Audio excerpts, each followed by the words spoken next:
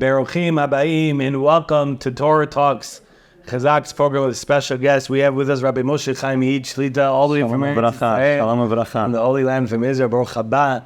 It's a big honor. Thank you very much for joining us, Rabbi. So nice to be here. Toda Rabba. Everything that Chazaq does is very, very special and is helping the Jewish people in tremendous ways. It's a very big zechut to be part of this. Thank you. Thank you, Rabbi, for joining us and for coming. And we're going to be speaking about the coming of Mashiach, which is... should be Hayom. B'ezrat Hashem. But before we get to the topic of the Rabbi, can you give a little bit of a background of yourself and the great work you're involved with? Chaz Hashem, I grew up to a Reform Jewish family in Toronto. I went to temple a couple times a year, Rosh Hashanah Yom Kippur, which was probably the most challenging days to go because it's very, very long, and one of the days you don't even eat. And I began a journey coming back to Torah and to mitzvahs. I felt a little bit like an Avram Avinu, just searching and searching. Where are the truth of this world? Where is the truth of this world? And that brought me back to the old city. I went on a birthright trip. And that trip was a very, very special trip. It was geared mostly towards go to Israel and party as much as you possibly can and play ping pong on the beach. And then what happened is that at the end of my trip, to make a very long story short, that maybe we could spend 8 or 9 hours and go more into the details, but I was at the Kotel and I was calling out for truth. I was looking for what is it all about. And I got a tap on the shoulder, and I looked behind me, and I saw a very religious-looking person. And when I looked at that person, he looked at me, and he said, "Are you Jewish?" So I said, "Yes, of course." So he said, "You should go to yeshiva." So I said, "What's yeshiva?" Wow. So he said, "Let me take you," and he took me to the Heritage House, which was a hostel in the old city. And then at that hostel, they basically kick you out in the morning, because what are you going to do? Just hang out in the hostel all day? So somebody came that morning and said, "Why don't we take you for breakfast, have a free breakfast?" Of course, the breakfast was an Eisha Torah. Wow. And in Eisha Torah, after breakfast, they say you can't hang out all day, just go, maybe come to a class. So I came to learn a class, and I realized that I started learning wisdom that was in the Torah that I never knew existed. I never knew that the Jewish thought had such profound concepts. I thought everything was outdated. I thought the rabbis were outdated. I thought that I didn't know. And then I came and I saw that there was so much beauty in our own heritage. And basically came to Eisha Torah, met Rabbi Noach Weinberg. I was at top, wow. Zecher Tzaddik V'Kadosh Livracha. And he lit a fire inside of my neshama that we have to go and help our brothers and sisters. That's why I'm so thankful to Chazaq for carrying this big torch. And we're all one big family in this. To go, and if a father has children and the children have gone astray, will the father not give all of his resources? He'll give everything that he has to help bring the children home. So Reb Noach lived with that fire, and today we have our great Rosh Yeshiva, Rabbi Yitzchak Berkowitz, who's carrying on that fire, and I feel an honor to be part of the yeshiva. I feel an honor to work every single day with nishamot, with Jewish souls. I feel an honor that anybody who comes into our doors to be able to speak to them, to share the words of Torah, and to help everybody know that you're part of Jewish destiny. Amazing and inspiring. So you started at Eisha Torah as a student, and today, Baruch Hashem, you're giving back to the students that are coming. Amazing inspiration. And wow, amazing. Rabbi, so the topic of Mashiach. Everyone's so interested in it, and it's, Baruch Hashem, people are always talking about it. What's the reason that there's such a big interest in the topic? What do the rabbis say? We only know what's going to be when Mashiach comes. We don't know all the details. People are interested in Mashiach because they know there's hope. Mashiach means that there's going to be a time that we're going to see peace in the world. There's going to come a time that we're going to see that Hashem is real. Hashem was doing everything for our benefit. And it was hard for us to see that when we were in the challenge of this world and we're going through the process. But in the end, we're going to see that there was a great meaning behind everything. that one of the famous concepts that always reminds me of the Messianic experience is the Ramban had a student, a great rabbi, and he had a student, and it was in the times of the Spanish Inquisition, and there was a lot of pain happening to the Jewish people. And the Jewish people have been through a lot of pain over our journey. And the Ramban asked that when you go up to Shamayim, when you go up to heaven, please come back down to me and tell me why these things are happening, why the challenges that our communities are going through, why the Jewish people are going through challenges. Please come and give me insight into those things. So the student passed away, and a long time went before he came back to his teacher. Finally, he came in a dream that could be proven through means of understanding the way that we can do communication in dreams. And he came to him in this dream and he said, why did it take you so long? So he said, I have to tell you, where you are in this world, there's no answers to the questions. But where I am up here, there's no more questions. Everything makes sense. The time of Mashiach, we're going to see that all of our questions and all of the difficulties are going to fall away. We're going to see that everything had a master plan. People are drawn to knowing how everything makes sense. They want to know how all the challenges they went through ultimately led them to something great. Everyone's obsessed with this. Everyone is into this. Everyone's thinking about this. All the nations of the world, everyone has a story of that there's going to be this end.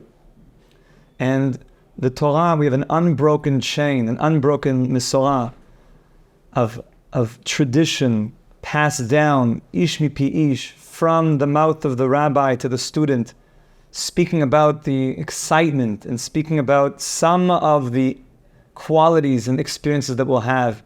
And it's going to be a time of absolute peace and goodness. Amazing. It should be Hayom. It should be Hayom, yes, 100%. Which for the Jew, if somebody asks us, when is Mashiach coming? We have to say today. That is the answer. That is the Jewish answer. Today. It should be right now. Bezrat Hashem. So we have to think like this. I'm going to say it's not a nice, some say it's a joke, some say it's a challenge, but I'll say that they say a famous joke. I heard it from Rabbi Nosson Weiss, from Eshet Torah. So he said that Mashiach came. He came into a certain community. He didn't want to say which community. He came to a certain community outside of the land of Israel. And he came to the community, he said, it's me. Let's go. Pack your flight. Pack your bags. We're going. And get on the wings of eagles. Ella, let's go to Eretz Yisrael. So what happened? No, everyone said can you give us an hour? I'm Mashiach. We're going to what do you mean? We're going. They said, give us an hour. We're going to meet together. So Mashiach, okay. I guess he opened the Gemara, waited, it comes back. They all said, okay, we agreed that we're not going to go, but we'll send money. So we want Mashiach to come, but maybe today what we can go into is getting deeply into the fact that we really want it. We deeply, deeply want, and we want a world of transformation. We want a world of peace, and that's really what we want. Reb Noach Weinberg used to always say, what do you want more? Pleasure, or what the opposite was. So people would usually say pain. He said it's not the opposite. He said comfort. Pleasure or comfort. Pleasure can sometimes be painful. You have to change, you have to transform, you have to dig deep. But it's going to be the ultimate pleasure. Comfort is the thing that we have oftentimes have to push the comfort zone. And Mashiach coming is going to force us to just push a little bit more, Bezrat Hashem. Amazing, very powerful, Rabbi. We know that there are signs for the coming of Mashiach. The Rabbi could share with us. The Gemara talks about many, many different things, and what do we know? The Gemara says there's going to be inflation. The Gemara says that there's going to be chutzpah yaske, that there's going to be people chutzpah. Yeah, it's an English word, Rabbi. Oh, it's an English word. I don't even think we need. There's no translation. Chutzpah. That people are going to be very chutzpahdik, and there's going to be things that are happening. We're going to see. We're going to see signs which when people look out in the world, they see things happening. They feel like it says that the Pnei Hador is Kepnei HaKelev, that in the generation before Mashiach, things are going to look like a dog. And there's a lot of understanding of what this means. A dog is a funny thing, so there's many, many explanations, but what does it mean the generation is going to look like a dog? So it could be one, there's going to be a lot of dogs. Very. Sometimes, more dogs than people.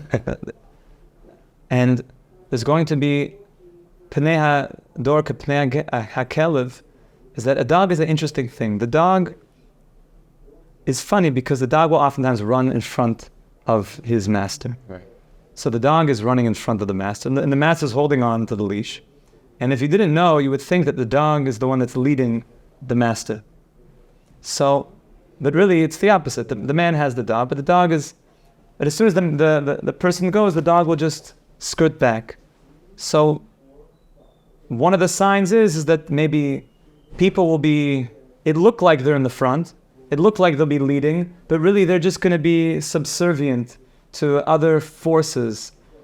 In short, the lead up to Mashiach is going to force us to become very real with certain values, become very real with yes, there'll be inflation, that's what it says.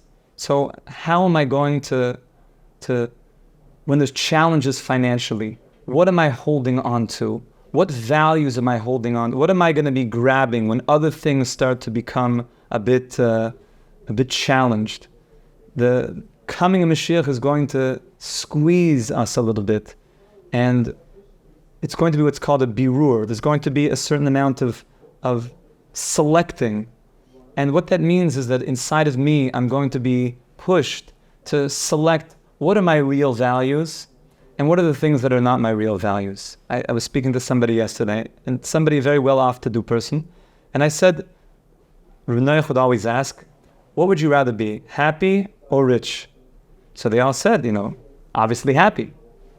So then one of the kids was like, and the mother was like, I think he's going to say rich. He said, rich is very, very good. But I said, would you rather be on a giant yacht, a Rolls-Royce yacht, but you're grumpy, and you're on this side of the yacht, and someone's on this side of the yacht, and not really talking? Do you really even enjoy those things?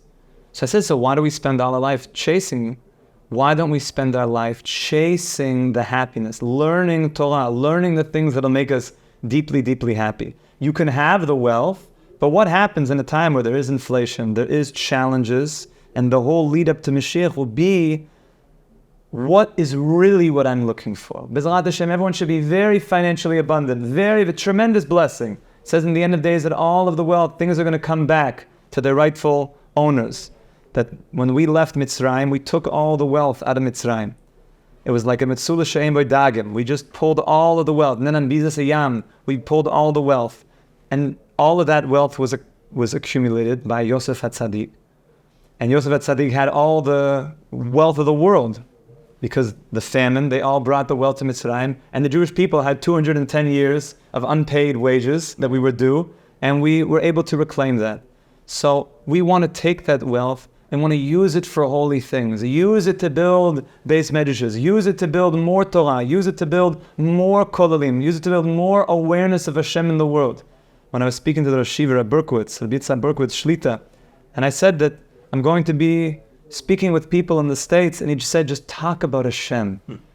Just talk about Hashem. Hashem is in the family. Hashem is part of the family. We want to use our money, anything we could do to make Hashem a household name, to make Hashem good PR in this world. B'ezrat Hashem. That's where all the money needs to be taken to. So in the times right before Mashiach, we're going to see Hashem is going to give us challenges. What's the real values that we have? B'ezrat Hashem. B'ezrat Hashem. Wow, so inspiring, Rabbi. So beautiful. What are some practical steps we can take to prepare for the coming of the Geula, of the redemption, Mashiach, of the Messiah? These are such beautiful things. We want to be around good people. We want to be around good people. When you spend time around inspirational people, you feel lifted up. I was speaking to a certain Rav in Shar Yashuv, the Shabbos, we had an Ufruf there, and he said a beautiful thing. He said, we're so influenced by our surroundings.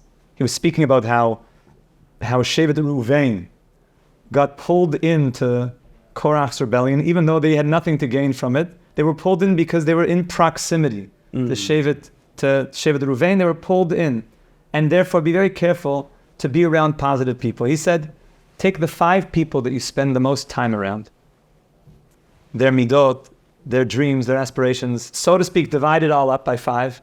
That's basically who you are. Adam nimshach achar svivoisav. A person is so much pulled after his environment. Surroundings, 100%. And therefore, choose people that will lift you up. Choose people that will make you feel good about yourself. I suggest to people, try to make what's called a life chavruta, a life friend. He's not your rabbi. He's not a mentor. He's just a friend that you could have very emotional, honest conversation with, somebody that you respect, and the two of you could talk about life. You could talk about challenges. It's very important to have good friends that are good role models that you could talk about. So far we have 2 things. Number 1, in general, be around good people. Surround yourself around people. Very good people. And number 2, have somebody like a life chavruta that you just can emotionally talk things out. Because a lot of times things get kind of built up. And if we're getting ready for this great days ahead, we want to work through the stuff now. We don't want to work through it later. When you have somebody that you could talk to and you could have real, honest conversation, it's very healing. It opens a person up. They do inner work that they need to do. Another tip I would say is make sure to have set learning times for Torah. Kovei itim l'Torah. Kovei itim l'Torah. 100%. And no matter how busy a person is, it's one of the first questions they ask us in Shamayim. We should all live long life. Bezrat Hashem, amen. Amen. But it's something that we need to know down here. No matter how busy we are, we have to make set learning times. Kavata itim also means to steal times. We have to steal times. Everyone's busy. You gotta just take away some of the time. Everyone's busy. They said one time, Rabbi Moshe Feinstein, he was making a siyam hashas. So they asked him about the siyam. They said, when was this? He said, this is a siyam on shas that I made in 2 minutes. Siyam hashas on 2 minutes? Shas is so big. How do you make a siyam on 2 minutes? So he said, this is my siyam on shas. That every time that I had 2 minutes, somebody was running a bit late, or I was going to run the chuppah and I was waiting for somebody, I had these 2 extra minutes. I had a special Gemara that I would only learn during these 2 minutes. All the 2 minutes added up, and now I'm making a siyum on all of the Torah from those 2 minutes. Look what we can accomplish in the little times of the day. Here's another thing. Sometimes I do with people, this sometimes strikes a chord, I want to look at people's phone and the screen time. Screen time is a little app where you could see what people do. So I open it up and I say, did you know that you spend 3.5 hours watching movies a day? I said, I didn't know that it was that much. So sometimes a practical tip is just take a look at what I'm doing with my time and sit down and think, could I use my time more wisely? Nobody has a Motzi Shabbat, a Saturday night, and they think, I want to have a successful week. I want to have a good week where I'm growing, and my midot are growing, and I feel like a productive person in the world. And you know what I think I'm going to do on Tuesday night? I'm going to binge 6 hours of Netflix. You don't usually see that a person thought that. What happened was, they lost themselves in it. So a person should take an accounting. How can I use my time wisely? It's a very, very good tip to get ready. It might not seem like such a tip that people might think, but eat healthy. Eat healthy. Do the things that make you feel balanced. When you feel healthy, you're in a better mood. You're nicer to people. You feel warm. You feel with it. Try to eat healthy. I'm all into kugel and cholent. I think it's also a health food. As long as a person also has balanced food, you'll feel good. The Torah wants us to feel good. Go to the gym, work out. Make sure you feel good about yourself.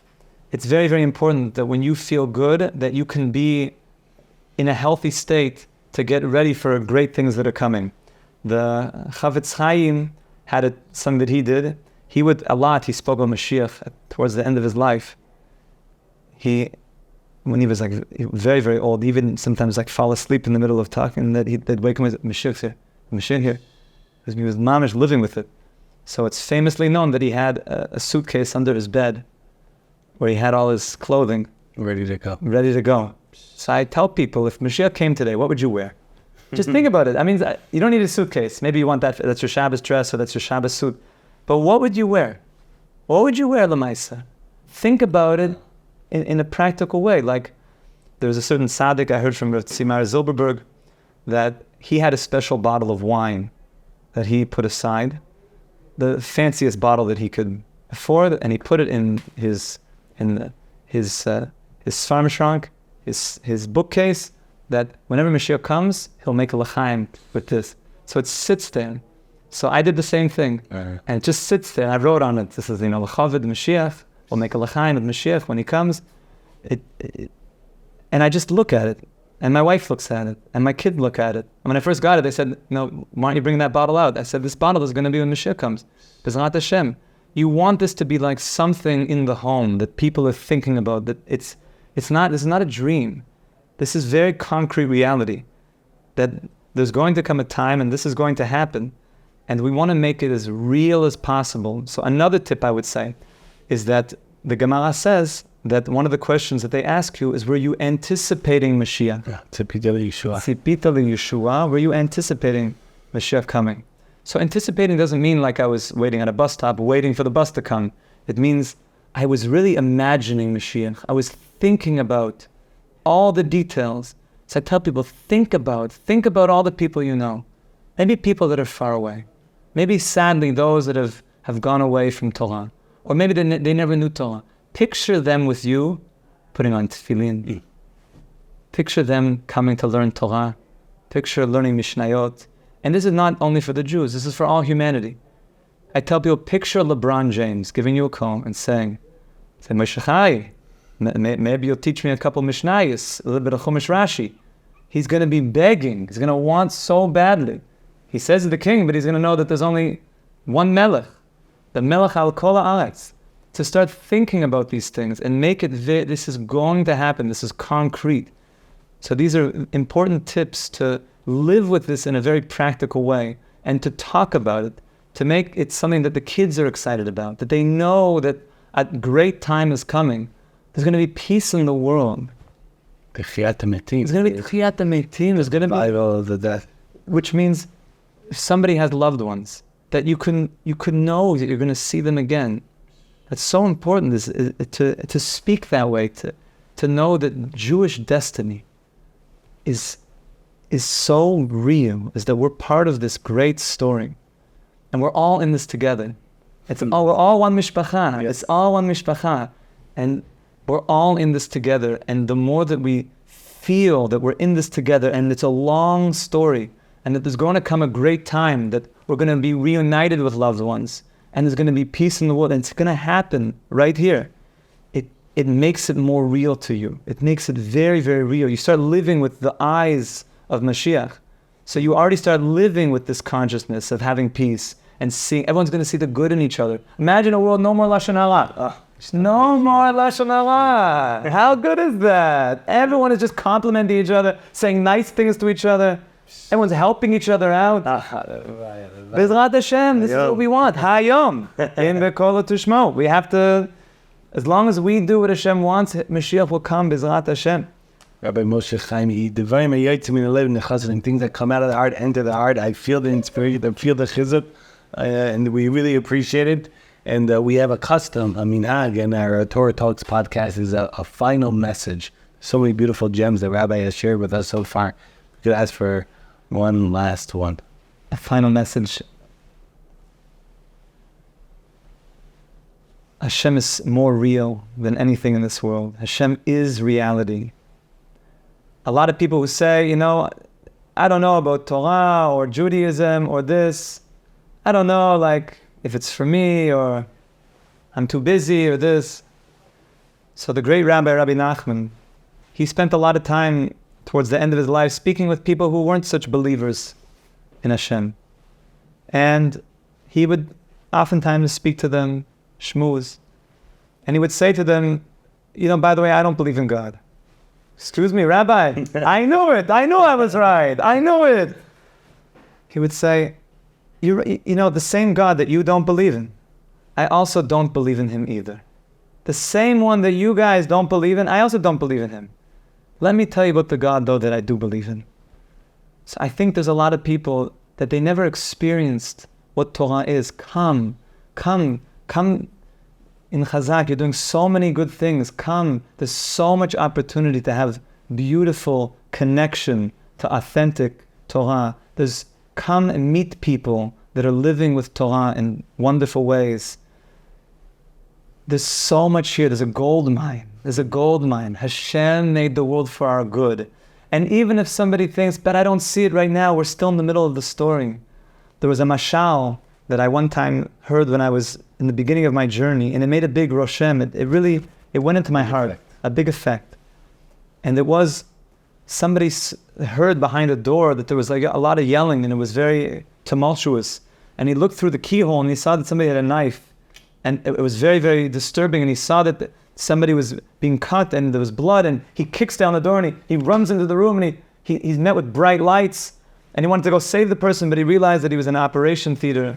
And there was a surgeon and he was just saving the person's life, doing open heart surgery.